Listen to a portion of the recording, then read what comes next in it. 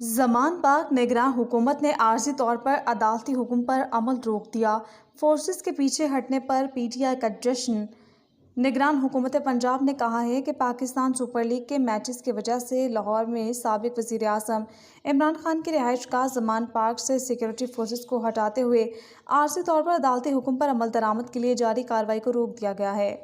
نگراں وزیر اطلاعات پنجاب عامر میر نے کہا ہے کہ پی ایس ایل کے پیش نظر عارضی طور پر عدالتی حکم پر عمل روکنے کا فیصلہ کیا ہے۔ انہوں نے کہا کہ کارروائی عارضی طور پر روکی گئی ہے اور اب یہ کارروائی 19 مارچ کو ہونے والے پی ایس ایل کے فائنل کے بعد کرنی ہے یا اس سے قبل اس کا فیصلہ ابھی نہیں کیا گیا۔ اس بات کا فیصلہ ابھی کیا جانا ہے۔